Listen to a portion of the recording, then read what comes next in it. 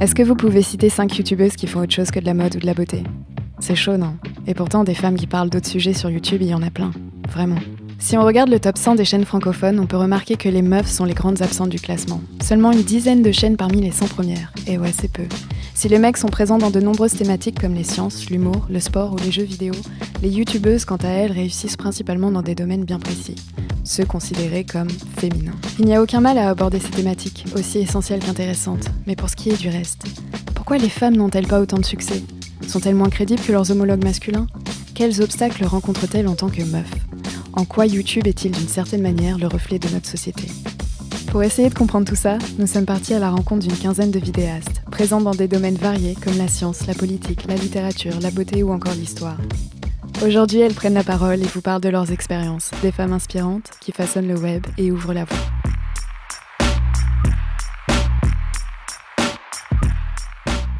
En rencontrant certaines vidéastes, le premier obstacle qu'on a pu constater était leur manque de confiance en elles. Beaucoup ne se sentent pas légitimes à prendre la parole et encore moins publiquement sur Internet. C'est notamment le cas d'Esther, qui a commencé par ouvrir une chaîne de beauté, mais qui a rapidement eu envie de parler de science, sa plus grande passion et surtout le sujet de ses études. Une fois que j'ai terminé ma thèse, donc ça faisait déjà 2 ans que je faisais des vidéos à ce moment-là, j'ai décidé d'ouvrir une chaîne de science. À ce moment-là, ouais, je me sentais absolument pas légitime pour ouvrir la chaîne sur le champ, alors que j'étais quand même en train de rédiger une thèse en astrophysique, ce qui est quand même un peu idiot. J'avais les compétences, quoi, c'était même pas la question. Et je sais pas, à ce moment-là, maintenant quand j'y pense, ça me fait rire, et voilà. Mais à l'époque, c'était vraiment une peur que j'avais. J'avais peur de me tromper, de dire quelque chose de faux. Parce qu'en réalité, tu dis forcément des choses fausses quand tu fais un contenu. C'est possible qu'à un moment donné, tu aies oublié un truc ou que tu sois imprécis sur quelque chose. Et j'avais ultra peur de ça et que le fait que je sois une femme fasse qu'on aille me chercher la petite bête, en fait. Bah moi, en fait, quand je sais que quand je fais une vidéo, j'ai toujours peur d'avoir des tacles sur c'est pas ça l'histoire ou alors c'est pas ça le truc. Et j'ai trop peur qu'on me pense pas assez pointu, quoi. Je pourrais pas faire de la musique si je connaissais pas un minimum de trucs. Comme un réal qui regarderait pas de film, tu vois. Autant moi j'ai une culture cinématographique, mais nulle. Autant je connais beaucoup de musique et beaucoup de styles différents. Et j'aime bien découvrir et tout. Donc en fait, je sais que je suis calée, mais je sais pas, j'ai un peu peur. Bah je crois vraiment, et en fait, en t'en parlant, je crois vraiment que c'est parce que je suis une gonze, mais c'est terrible. C'est un cauchemar. Mais ouais, je pense que c'est par rapport à ça. Le seul obstacle que j'ai eu pour faire des vidéos, ça a été par rapport à moi-même, parce que je me sentais pas forcément capable, parce que j'avais l'impression de pas avoir de sujet. Techniquement, je me sentais vraiment pas capable. Je me disais, mais comment je vais pouvoir cadrer, comment je vais pouvoir monter. J'ai monté ma première vidéo, pour le coup, vraiment fin mars. J'avais jamais monté avant ça. Et c'est une grosse fierté pour moi, en fait, d'avoir réussi à le faire. Et en plus, j'aime énormément l'idée de me dire, bon, bah, cette vidéo, c'est moi qui l'ai fait de bout en bout. Alors, en fait, je me pose énormément la question de la légitimité, tout le temps. C'est évident. Très sincèrement, je me pose pas la question en me disant, je suis une nana, est-ce que je suis légitime ? Et je me la pose pas dans ces termes. Maintenant, je ne sais pas dans quelle mesure, inconsciemment, ça impacte mon questionnement sur ma légitimité. Et il y a quand même beaucoup d'études et de témoignages et de choses qui prouvent qu'a priori, ça joue quand même énormément. Je vis à moitié sur YouTube, j'ai vraiment l'impression, ça fait des années que je consomme énormément. Je regarde autant de la vulgarisation scientifique que des conférences de sociaux, vraiment plein de types de contenus en fait. Et à un moment où je me suis dit, ce serait bien que je fasse mon propre truc. J'ai déjà créé une chaîne en fait, c'est juste qu'elle attend d'avoir des vidéos, mais la chaîne existe depuis un moment.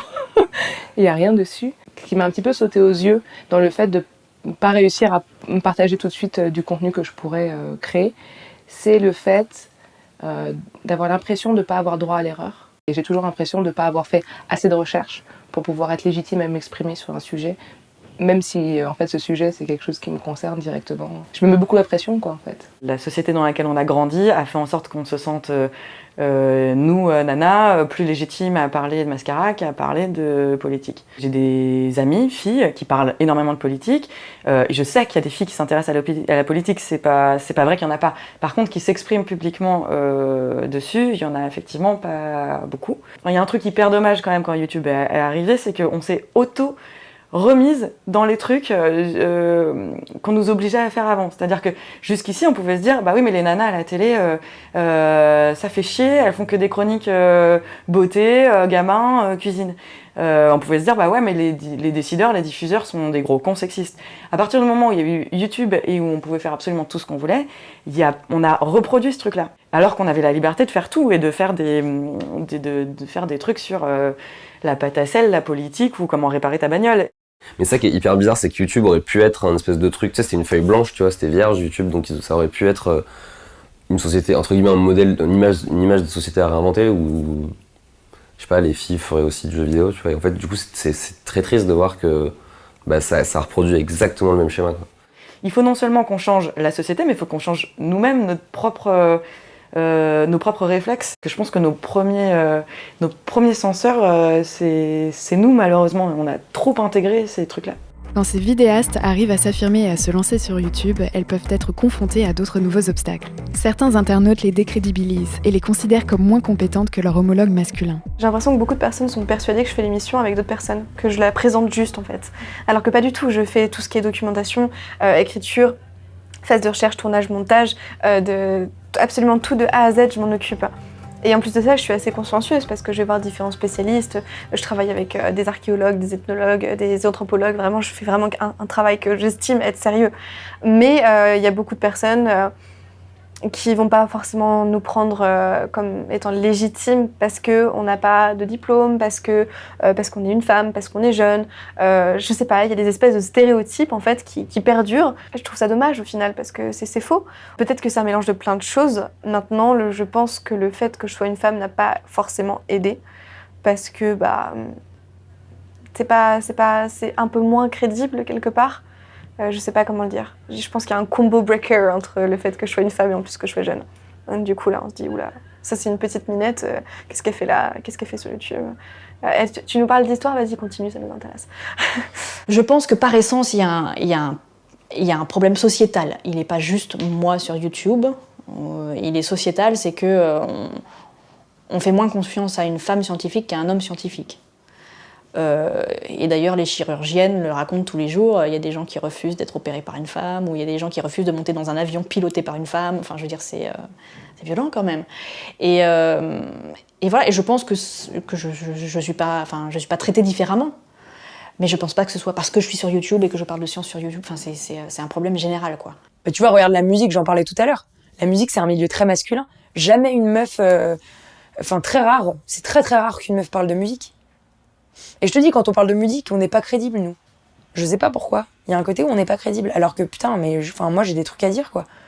Une femme qui va parler notamment de science, je pense notamment à Florence Porcel, qui m'avait dit qu'elle était systématiquement remise en cause, sa parole est systématiquement remise en cause. Elle, on va plutôt lui dire, oui, mais machin, est-ce qu'elles sont vérifiées, tes sources? Oui, parce que moi, j'ai lu dans un article, tati tata. Ça va moins être vérifié chez un homme. Et en fait, une femme qui fait un contenu, on va dire, étiqueté masculin, on va lui dire qu'elle n'y connaît rien. Et un homme qui fait un contenu étiqueté féminin, on va plus lui dire, mais pourquoi tu fais des trucs de gonzesse?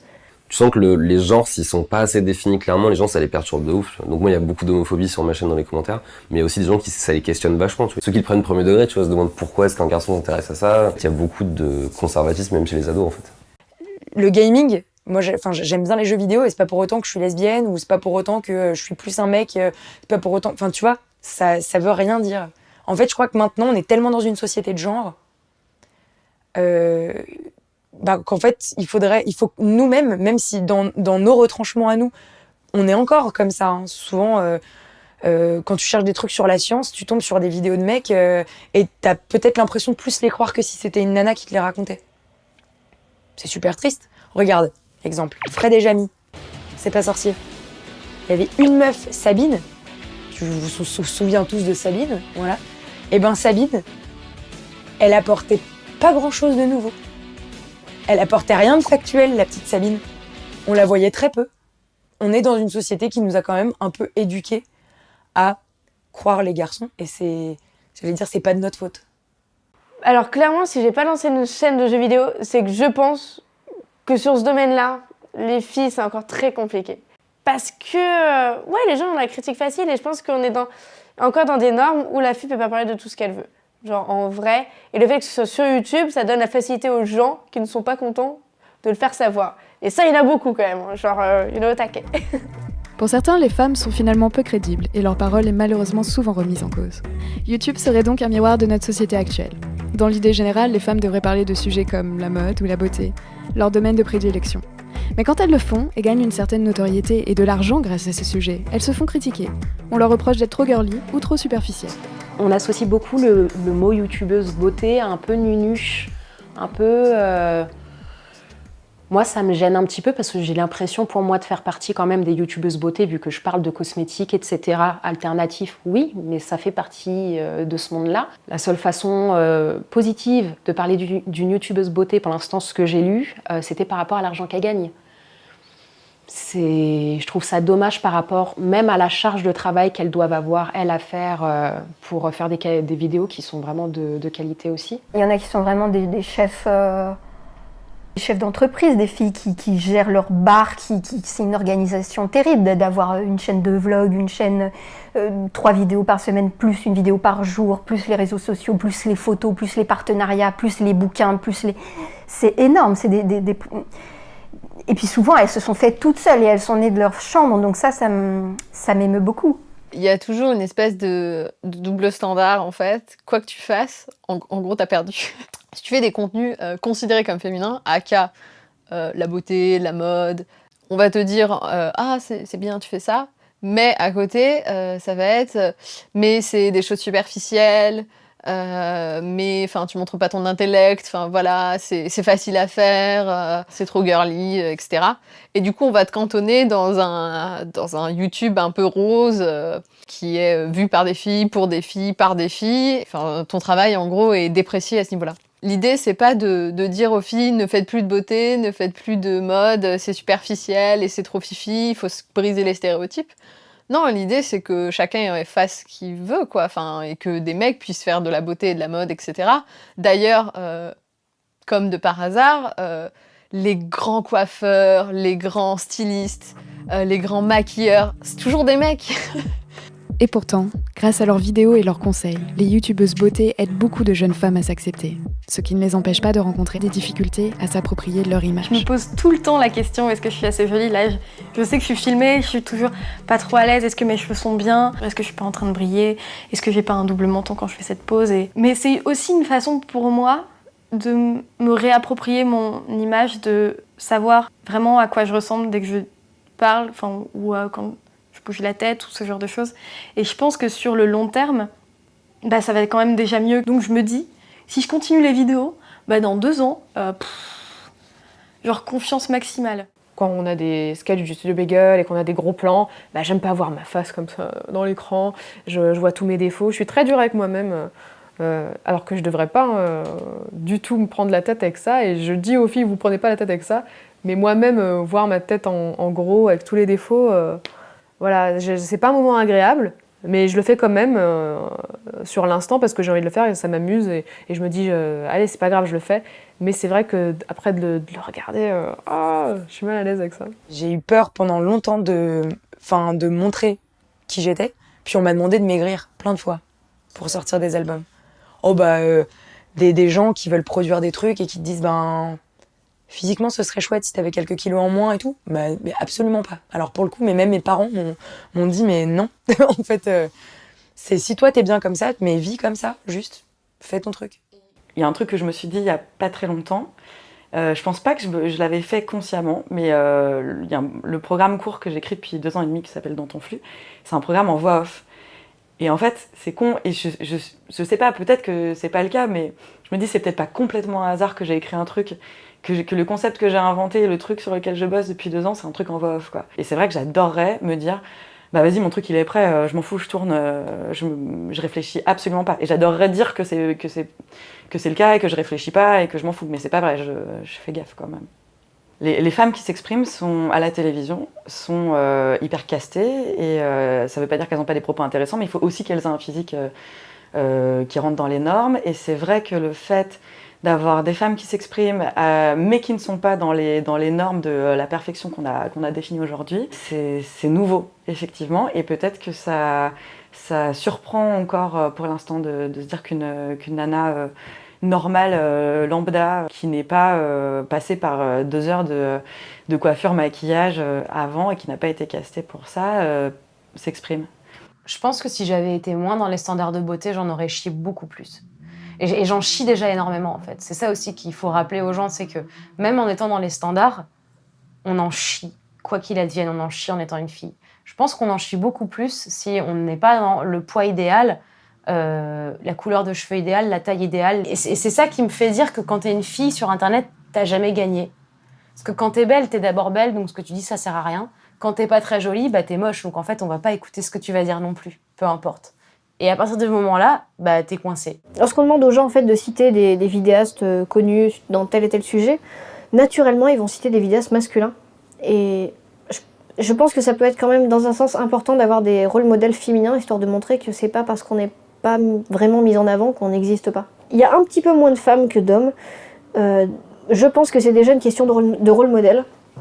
À savoir que c'est peut-être difficile de se lancer dans une thématique sur YouTube si on ne voit que des personnes du genre opposé en parler. Si j'avais pas vu les chaînes de Lacey Green, de Ashley Mardell et de Kate Black avec des centaines de milliers d'abonnés et beaucoup de gens qui les suivent et elles bossent avec MTV, enfin tu vois, elles font des trucs de ouf quoi. Et ben je me serais pas dit ça peut marcher en fait, parce que j'avais besoin de ces modèles-là pour réaliser que ma parole pouvait avoir de la valeur et que autant qu'elles en fait, puisque on est pareil. Alors c'est que si elles ont de la valeur, c'est que moi aussi. Toutes mes inspirations, c'est des meufs ou c'est des personnes non binaires, etc. Enfin, c'est quasiment que des personnes qui me ressemblaient. C'est soit des personnes bi, soit des meufs minorités de genre, etc. Et je pense que c'est pas pour rien. Plus il y aura de modèles qui montrent le contraire, plus on aura un champ des possibles ouvert. C'est pour ça que c'est si important en fait qu'on ait plus de femmes représentées dans plein de métiers. C'est pas parce qu'on est chiante et qu'on veut l'égalité pour le principe et qu'on veut le même nombre de femmes à droite à gauche pour le principe. C'est plus parce que s'il n'y a pas d'exemple, les petites filles qui arrivent maintenant, elles ne voient pas qu'en fait elles ont la possibilité d'être vidéastes sur YouTube en faisant un truc qui n'a rien à voir avec de la beauté, ou elles peuvent être aussi présidentes de la République, parce que s'il n'y a pas eu d'exemple avant, elles s'en rendent pas compte en fait. Très très tôt, j'ai développé ce rapport-là. Dès que je voyais une femme noire ou une femme afrodescendante qui faisait quelque chose qui me parlait, elle éclipsait tout le monde en fait. Il y avait vraiment ce truc-là. La première fois que j'ai vu une chanteuse de rock noire sur scène, ça m'a fait le même effet. Et la première fois que j'ai vu Naya sur YouTube, j'ai fait oula.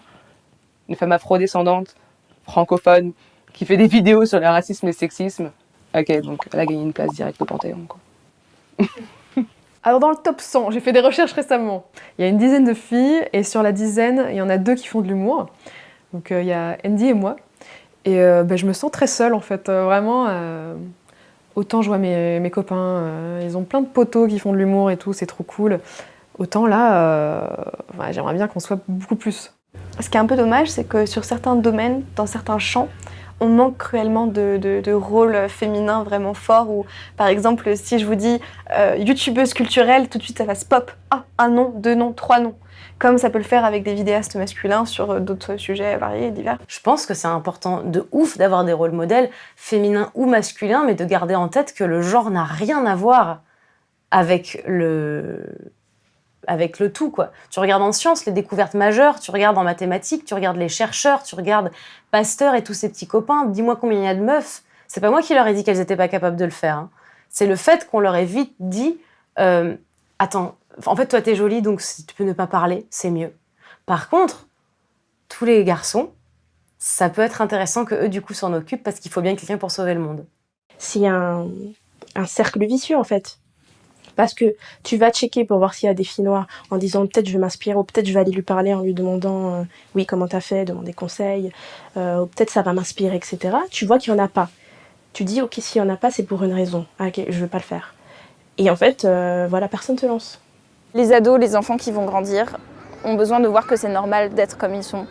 Et je reçois ça dans les mails. Et vraiment c'est la chose qui me touche le plus, c'est que les gens me disent je vois que c'est possible de vivre et d'être heureux ou d'être heureuse avec un handicap. Je vois que c'est possible de vivre et d'être heureux et d'être heureuse avec une maladie. Même si toute ma vie, on m'a dit le contraire, même si on m'a dit que c'est bon. Après le diagnostic, ma vie, elle est finie et je peux plus jamais rigoler, je peux plus jamais sourire.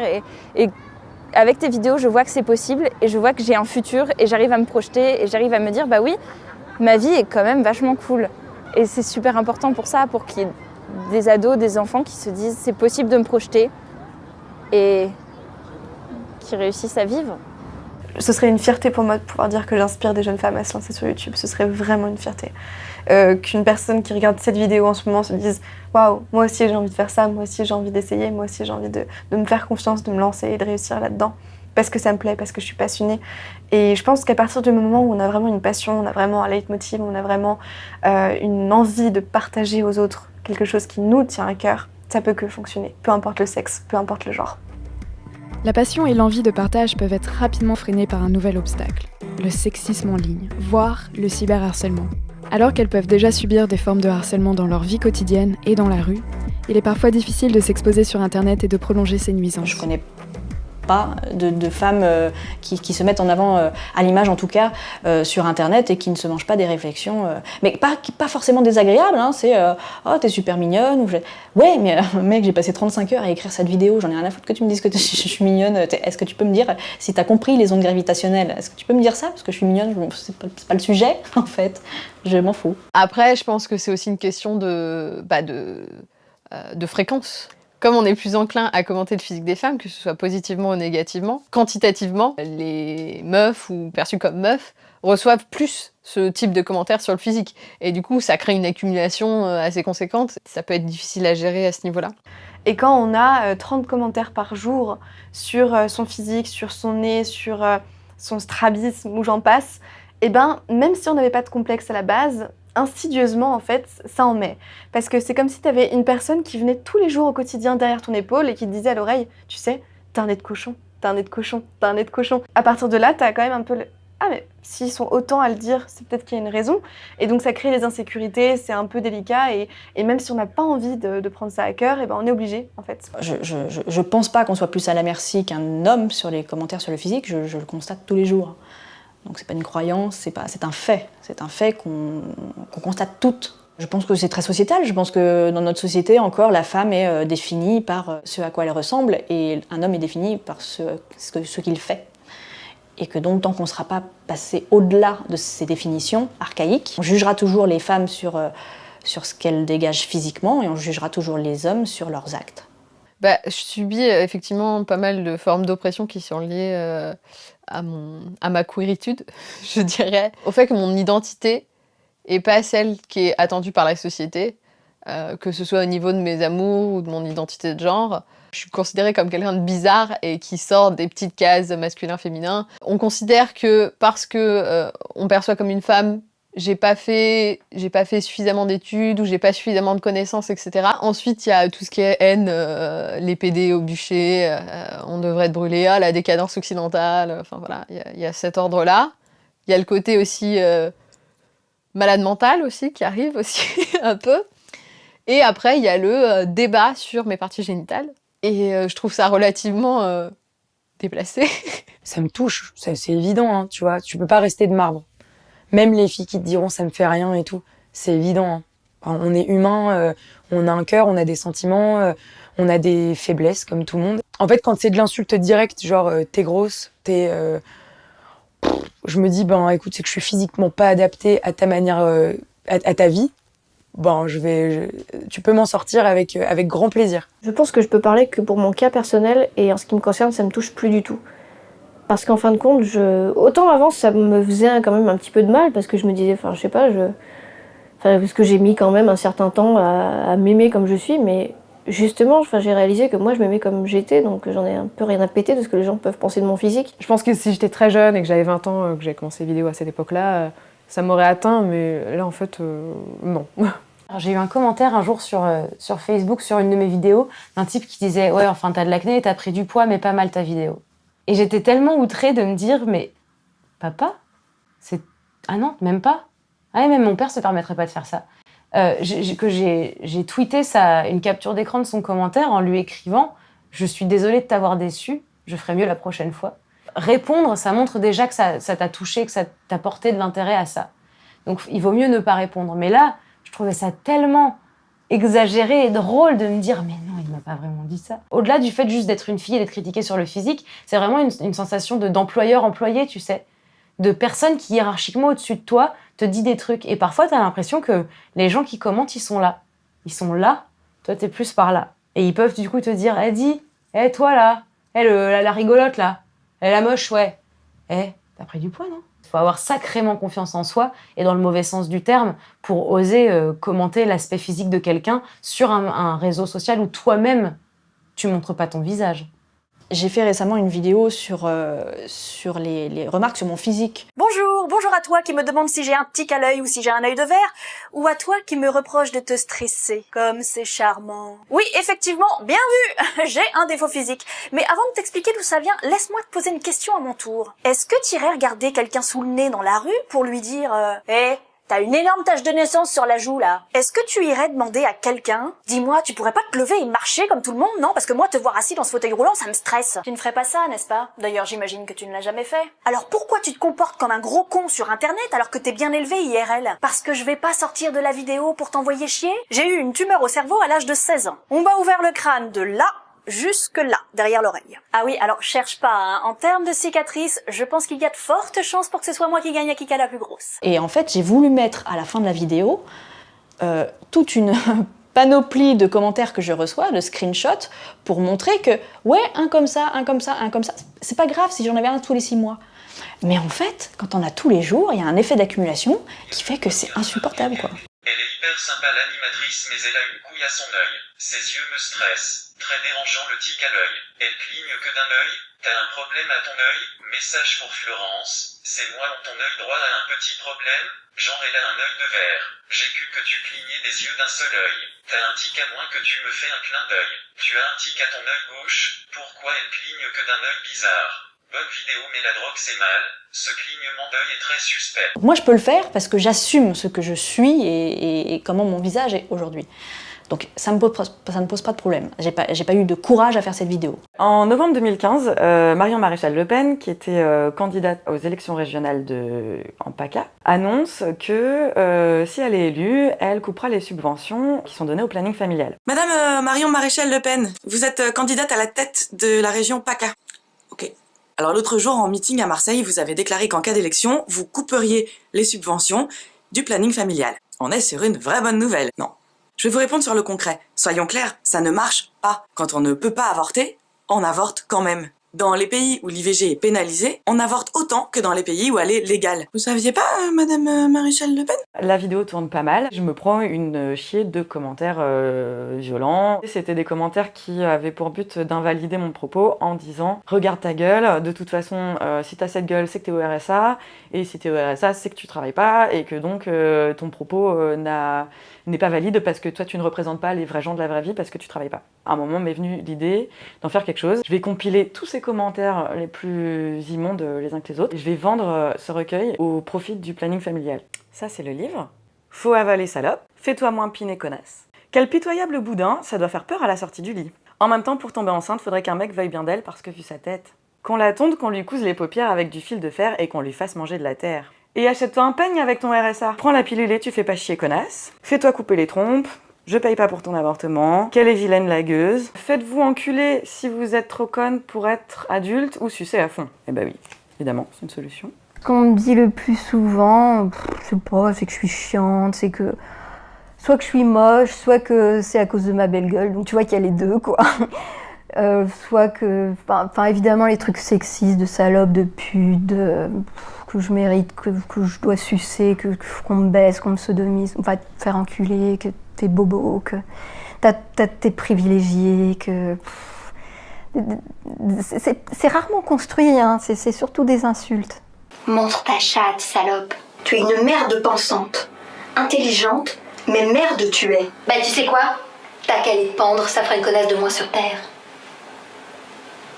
Je peux pas saquer le ton de cette pute snob et prout-prout bourgeoise. Art contemporain, c'est de la merde. J'aurais aimé qu'un chien te viole. Il y a un comportementaliste canin qui m'a dit ton chien aura des séquelles, je dois te prévenir. Il était très sérieux, il m'a écrit je dois vous dire que votre chien va avoir des... Mais c'est l'ironie du truc. Mon chien aura des séquelles. Ok, non mais moi, c'est le truc, c'est enfin, faut m'hospitaliser là parce que moi ça fait 5 ans, donc qu'est-ce que je fais? Putain, j'ai tellement envie de la claquer cette grosse chienne. espèce de pute. Crève, connasse de merde, tu pues la merde, tu sers à rien, sale pute.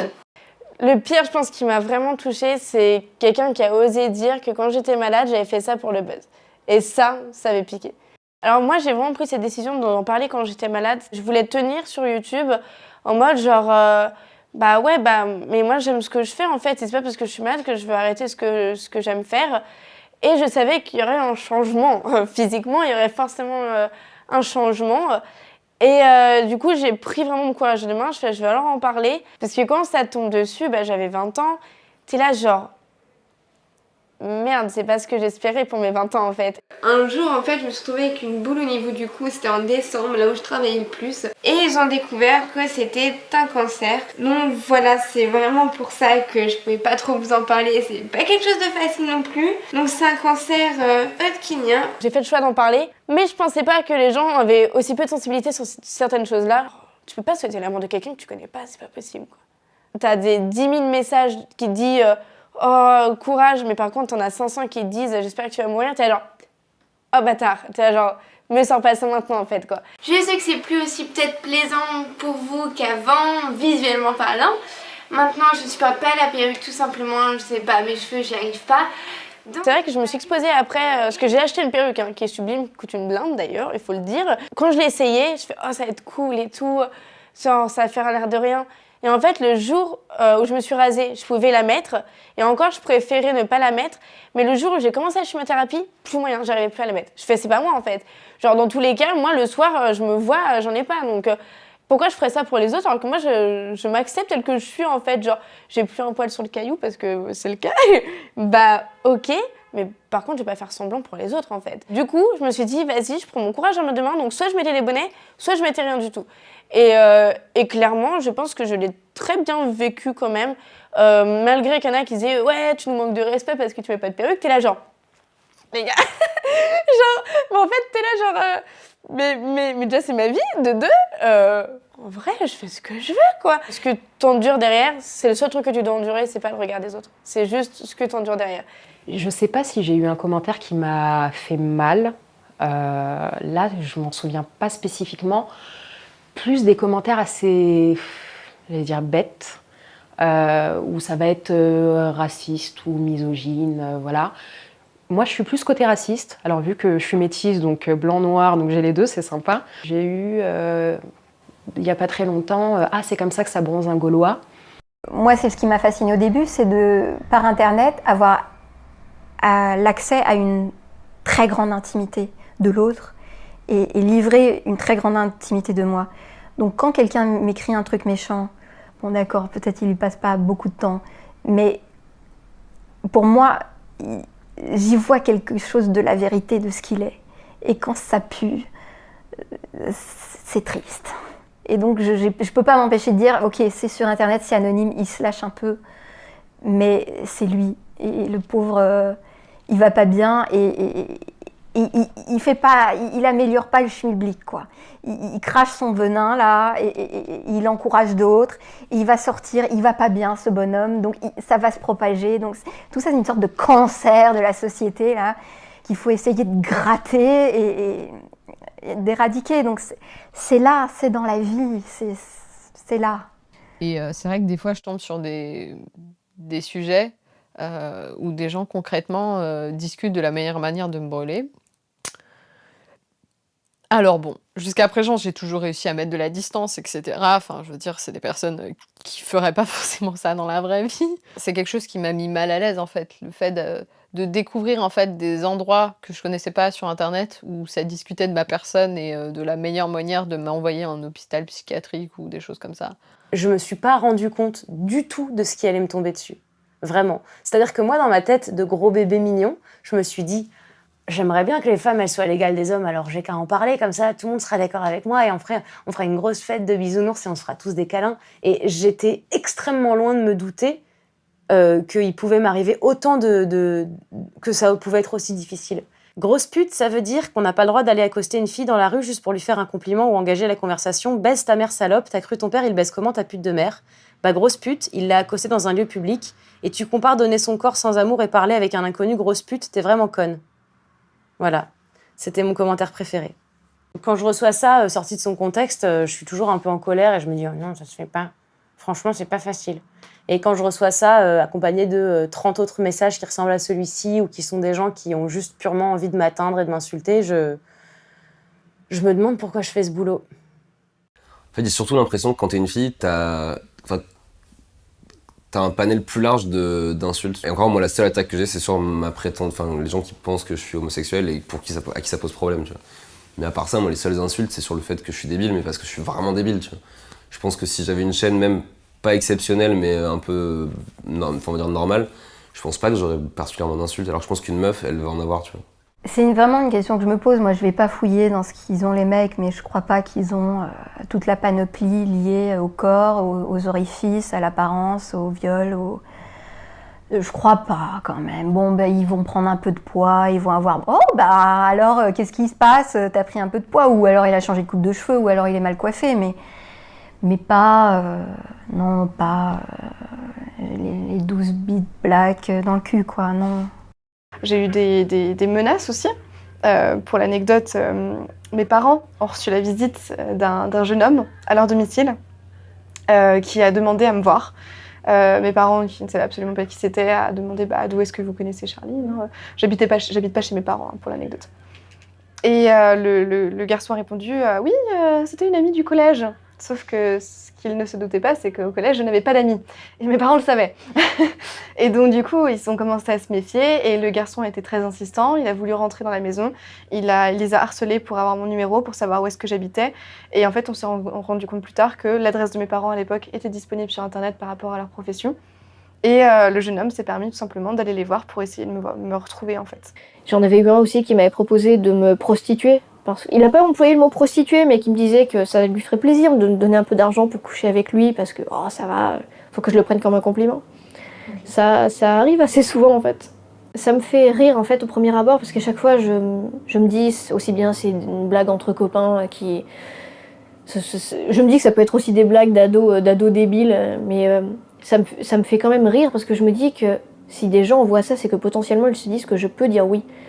Et je trouve ça tellement hallucinant qu'on puisse se dire je vais écrire à quelqu'un que je ne connais ni d'Ève ni d'Adam, je vais lui proposer de la payer pour faire l'amour avec moi et elle va dire oui. Ça me laisse pas en toile, on va dire. Quelqu'un est venu frapper chez moi, mais bon, c'était brutal mais inoffensif. Il y a un type très jeune qui m'a demandé de me suicider avec lui, mais c'était quelqu'un de triste, je pense. Bon, voilà. Oui, j'ai eu des demandes à un étudiant en médecine qui me dit j'ai très peu de temps. Tu es belle, pouvons-nous nous voir pour du sexe, je sais pas, un truc comme ça, très désintéressé. Des kinés qui me disent qu'ils me masseraient bien, comme j'ai dit dans une vidéo que j'avais des problèmes de sacrum. Ils me proposaient des massages, en fait. Parfois les gens pensent que c'est une sorte d'énorme chat et que c'est un site de rencontre et que moi en fait je suis sur YouTube parce que je cherche à me maquer, quoi. Donc ils m'envoient leur numéro de téléphone, ils me disent « Ah, je passe sur Paris, tel jour, telle heure, on se prend un verre. » À quel moment j'ai écrit célibataire, cherche... non, quoi, non. Alors, j'ai eu des menaces de mort et de viol, mais je pense qu'on en a tout eu. Mais ça, c'était pas quelqu'un qui m'avait vu sur YouTube, c'était quelqu'un qui m'avait vu à la télé, qui m'a envoyé mon adresse par mail et qui m'a dit « Je t'attends demain, je vais te violer. » Là. Bon, voilà. Ça fait un peu flipper quand même. Depuis, je suis sur liste rouge. Des gens qui se sont permis de me menacer de mort et tout ça, mais surtout ce commentaire, si je te croise dans la rue, je te viole. Dans le métro, c'était. Si je te croise dans le métro, je te viole. Il se trouve que dans ma vie, à ce moment-là, j'étais développeuse web. Donc j'ai retrouvé l'adresse IP du gars en 3 secondes et demie. Donc il m'a envoyé le commentaire, genre 5 minutes après, je lui ai envoyé son nom, son adresse, l'endroit où il se trouvait. Et il s'est pas adressé à la bonne personne, hein, il m'a pris pour une cruchasse, tant pis. Hein. Et donc je lui ai dit quoi, je lui ai dit je peux porter plainte et voilà, il m'a juste bloqué, il a pas répondu et il est reparti avec la queue entre les jambes. Moi j'ai en tout cas une liste noire de mots où j'ai sur YouTube où tu peux mettre des commentaires genre les mots tels que salope, pute, juste parce que j'ai pas à subir ça en fait, des insultes. Je trouve que ça a rien à faire sur ma chaîne, donc c'est comme des déchets quoi, vraiment des déchets qui polluent les commentaires, ça a rien à faire là quoi, et j'ai pas à subir ça en fait. Le mec qui est un hater, si tu lui montres que t'es touché par son commentaire, il va être trop content, tu vois. Moi, un truc que je dis souvent quand j'en parle à mes potes youtubeurs, je dis ouais, tu vois, genre, pour arriver à gérer un commentaire méchant, tu t'imagines que genre, tu vas dans la rue, ça t'arrive de voir des mecs ou des personnes que tu dis putain, genre, lui c'est un peu un bolos quoi. Bah, tu t'imagines que c'est lui qui a laissé le commentaire méchant, tu dis ah en fait je m'en fous, tu vois, tu vois genre, parce que tu peux pas plaire à tout le monde, tu vois, c'est pas possible, tu vois, donc au pire ça tu t'en fiches. On regarde toujours le verre vraiment à moitié vide dans les commentaires. Quand on a un commentaire mauvais pour 10 commentaires bons, on va se souvenir du mauvais et on va être là oh non, qu'est-ce que j'ai fait? Et j'ai besoin aussi de rappeler aux gens qui font l'inverse que c'est hyper utile qu'ils le fassent. Parce que les détracteurs, ils sont hyper solidaires. Un truc génial que je pourrais jamais leur enlever, c'est qu'ils sont tellement solidaires qu'on dirait un énorme cheval de Troie et qu'ils pourraient gagner la guerre parce qu'ils sont tous ensemble, ils font front devant moi. À la différence, les gens qui sont solidaires de ma cause à moi, bah, ils sont hyper éparpillés. Ils veulent pas trop se mouiller, ils veulent pas s'engager, ils veulent pas trop dire ouais, c'est bien et tout. Ils font pas le même front inverse. Donc, du coup, t'as souvent l'impression que c'est eux qui gagnent, que c'est les détracteurs qui gagnent, alors qu'en fait, pas du tout. Du coup, j'ai beaucoup besoin de me rappeler que j'ai des gens qui m'encouragent et ces gens-là, en général, qui m'encouragent, je leur réponds autant que je peux. Face à ce déferlement de haine, de plus en plus de gens commencent à réagir dans les commentaires. Certains abonnés vont parfois prendre le temps de défendre les vidéastes qu'ils apprécient. En cas de crise, manifester un point de vue positif ou encourager le travail de quelqu'un semble être des solutions. Car réagir, c'est déjà faire front. Il faudrait lancer une police de YouTube, un groupe de YouTube qui serait agréé par YouTube pour un petit peu gérer, se balader sur les chaînes. Donc je sais, il y a des milliers de comptes sur YouTube en France, enfin francophone, de pouvoir lancer un petit peu cette police YouTube pour un petit peu modérer les commentaires qui peuvent être vraiment destructeurs pour certaines personnes qui sont mal entourées ou qui psychologiquement, c'est pas le bon moment. Je pense que ce serait vraiment cool. Il n'y aurait pas de poursuite pour harcèlement, pour cyberharcèlement, s'il y avait des modérateurs sur les réseaux sociaux. Ce serait impossible de toucher. Si Twitter supprimait les comptes de tous ceux qui sont venus me faire chier depuis ce mois et demi, mais j'aurais besoin de poursuivre personne. Ce serait trop bien. Pour eux, pour moi, on ne perdrait pas de temps. Modérateur sur les réseaux sociaux ou police sur YouTube, on ne sait pas vraiment ce qui est mis en place par les plateformes. Pour comprendre un peu mieux leur position, nous sommes allés rencontrer les équipes juridiques de YouTube. Il y a une situation qui n'est pas uniquement de notre contrôle, qui est une situation de la société en général. S'agissant de YouTube, encore une fois, on a vraiment des règles et des procédures en place pour retirer tout ce qui est contraire à la loi. En revanche, pour ce qui n'est pas contraire à la loi, ou du moins dans les cas où il y a une zone grise, on se doit, nous, de ne pas se substituer à un juge, ce n'est pas notre rôle. Et donc c'est là qu'il appartient effectivement à un juge de trancher des sujets qui sont compliqués. Et il faut effectivement garder à l'esprit que même si certains propos peuvent être dérangeants, il faut aussi les contrebalancer avec la liberté d'expression, la liberté d'opinion et la liberté de critique. Mais c'est quelque chose qui est complexe et sur lequel, de manière générale, on travaille et on a beaucoup d'attention sur ce sujet. YouTube possède un statut juridique un peu particulier. Héloïse, avocate et co-créatrice de la chaîne 911 Avocat, nous en parle. Que la liberté d'expression, c'est la liberté d'exprimer ses idées, de véhiculer ses opinions, mais dans un cadre, vraiment. Il faut savoir que selon la jurisprudence, c'est-à-dire selon les juges, YouTube a une activité d'hébergeur. Ce qui lui permet de ne pas voir sa responsabilité engagée trop facilement. Mais quand même. On parle ici de responsabilité allégée. Elle est définie par la loi pour la confiance dans l'économie numérique. Concrètement, YouTube peut être tenu pour responsable s'il n'a pas retiré un contenu qu'il sait être manifestement illicite. Et ce notamment quand il a reçu une notification lui signalant ce contenu. Liberté d'expression et responsabilité de YouTube, la question est complexe. Toutefois, une chose est sûre, la justice française doit punir les personnes qui envoient ces propos violents. Nous sommes donc allés rencontrer la ministre des Droits des Femmes, accompagnée de vidéastes pour parler de la question du cyberharcèlement sexiste. Sur les insultes sexistes sur Internet, il y a d'abord la même indifférence qu'à l'égard des insultes sexistes en général. Il ne faut quand même pas dissocier totalement Internet du reste du monde.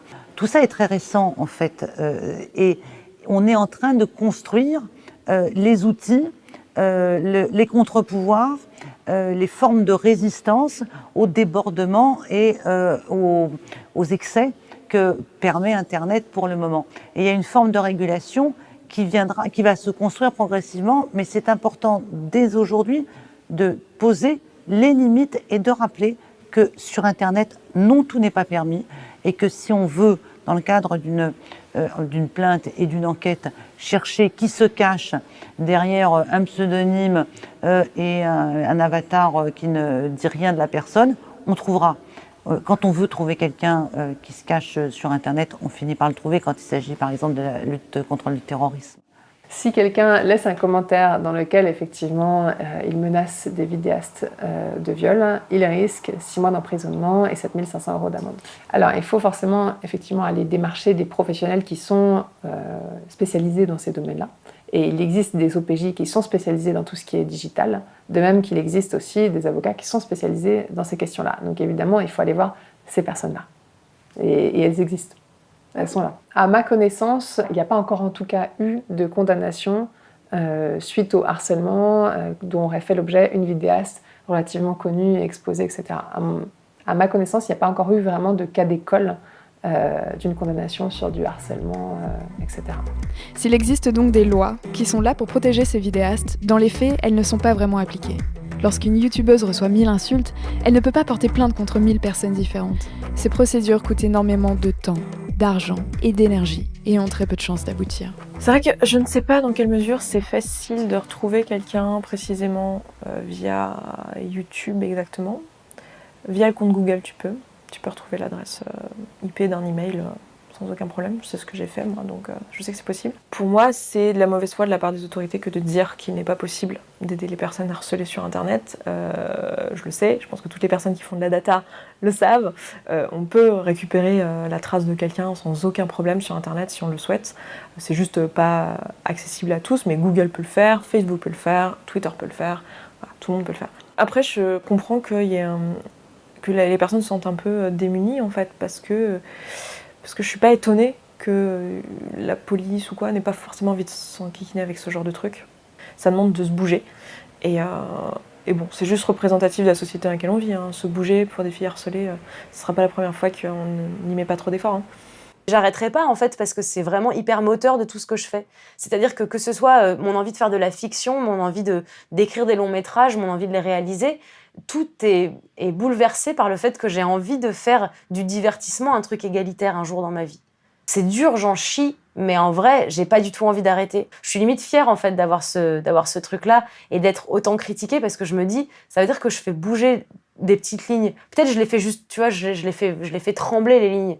Mais c'est déjà vachement plus que tout ce que j'ai réussi à faire en n'ayant pas encore ce combat et en ne me rendant pas compte de l'importance de l'avoir. Il y a un rapport d'amour-haine, c'est sûr. Mais il n'y a jamais eu de moment où je me suis dit c'est bon, j'arrête quoi. Il n'est pas encore arrivé ce moment. Depuis que je suis sur YouTube, je me suis tellement épanouie en tant que vidéaste, mais surtout en tant que personne. YouTube, c'est une expérience formidable. Je le conseille vraiment à tout le monde. Parce qu'on se découvre dans quelque chose qu'on aime. J'ai une passion pour l'histoire et l'archéologie, j'ai une passion pour l'aventure, pour tout le côté un peu Indiana Jones, Adèle Blanc-Sec, Agatha Christie. Et le fait que j'ai l'opportunité, la chance de pouvoir partager cette passion avec d'autres personnes que ça intéresse en plus, c'est une expérience formidable. J'ai rencontré plein de gens, vraiment plein de gens super intéressants, des auteurs, des comédiens, des réalisateurs, de tout. Ça m'a apporté des amis, des vrais amis dans la vie. J'ai rencontré mon copain grâce à YouTube. Ma vie tourne autour de YouTube. J'ai un coussin YouTube là-bas. C'est très bien. Ça a vraiment changé ma vie entièrement, quoi. Ce que j'aime sur YouTube, c'est le fait qu'on puisse être soi. Arriver avec ses bagages. Alors moi, je connais ça, mais je te demande ton avis. C'est vraiment l'interaction qu'on peut avoir avec tout le monde entier même. Ça apporte vraiment 99% de points positifs contre 1% de points négatifs. Et les trucs négatifs, c'est des gens frustrés derrière leur ordi qui n'ont rien à faire de leur journée. Et franchement, tu t'en fous parce que toi, tu sais que tu as la classe et que eux, non. Alors, les relations avec ma communauté sont très très bonnes. Très très bonnes. J'ai énormément de messages que je reçois qui me font pleurer tellement ils sont... Enfin, c'est des choses incroyables. C'est des gens qui vont me dire merci parce que grâce à toi, j'arrive à trouver la force de me lever le matin. Enfin, c'est immense. Je fais des pique-niques depuis... Ça va faire 1 an et demi, presque, et qui se passe à chaque fois très très bien. C'est le 4e aujourd'hui, et à chaque fois ça se passe merveilleusement bien. J'ai des gens qui, quand ils me voient et me prennent dans leurs bras, quand on fait un câlin, qui se mettent à pleurer et à sangloter, et ça, je pense que c'est la chose à la fois la plus perturbante et la plus incroyable du monde, parce que c'est juste moi qui arrive en disant bonjour, je suis là, et quelqu'un se met à pleurer. C'est incroyable parce que ça me permet aussi de réaliser l'importance que, je dis pas que je peux avoir, mais que les vidéos peuvent avoir pour certaines personnes, et que c'est quelque chose qu'il faut qu'on continue, et que même si on s'en prend plein, et même il faut qu'on continue parce que c'est ça qui va aider les gens. Et nous, on est capable de le faire, on a la force et l'énergie pour le faire, et parfois on peut plus, donc on fait des pauses, mais il faut qu'on continue. Et à chaque fois, ça me rebooste et ça me redonne énormément de volonté. Et ouais, les gens sont incroyables, tout simplement. J'ai vraiment cette tendance à croire que les femmes veulent se faire souvent petites, en fait. Elles veulent disparaître pour pas être remarquées. En tout cas, c'est une tendance même dans les médias qu'on peut voir dans la culture pop, où on voit qu'on prend des femmes de plus en plus minces, de plus en plus petites, et des mecs de plus en plus costauds, de plus en plus grands, en fait. Et pour moi, revendiquer cet espace, c'est un petit peu le début, en fait. Et autant dans la rue que sur Internet. Et ce que j'aimerais, c'est qu'il y ait tellement de filles à un moment sur YouTube que ça devienne normal, que ce soit tellement normal que plus personne puisse nous dire « Ah ouais, mais j'ai trouvé aucune fille », que plus personne puisse nous faire « Ouais, mais c'est parce que les filles, elles sont moins bonnes que les garçons », qu'on soit tellement sur un pied d'égalité totale avec les mecs que du coup, tu peux choisir ton contenu en fonction de la parole que tu as envie d'écouter. Et toute la merde qui va t'arriver dans la gueule en ouvrant une chaîne YouTube sera jamais rien comparé à l'immense bonheur et joie que ça va t'apporter. J'ai pas assez de chaînes YouTube à regarder, et j'aimerais trop qu'il y ait plein de filles qui débarquent sur YouTube avec plein d'idées différentes, plein de chaînes différentes sur des sujets tous plus fous les uns que les autres. Bonjour toi qui te cache derrière ton écran. Alors écoute, si t'as envie de créer une chaîne, fais-le vraiment, parce que je me sens très seule. On en a besoin. On a besoin de femmes qui existent, qui montrent qu'elles existent et qui ne s'excusent pas d'exister. Tu peux le faire, il n'y a vraiment pas de doute. Ça m'intéresse. Et c'est juste unique et c'est précieux. Oublie le fait que tu es une femme et dis-toi, indépendamment du fait que je suis une femme, qu'est-ce que j'ai envie de faire? Et fais ça. En fait, si tu as envie de le faire, mais fais-le. Stop au doute. Création. Toujours. Nourrissez vos rêves et vos doutes crèveront de faim. Lance-toi, t'es légitime et faut jamais que tu doutes de ça. Jeune femme, si vous avez envie de faire des vidéos, faites des vidéos. Faites ce que vous avez à faire. Vraiment. Allez-y.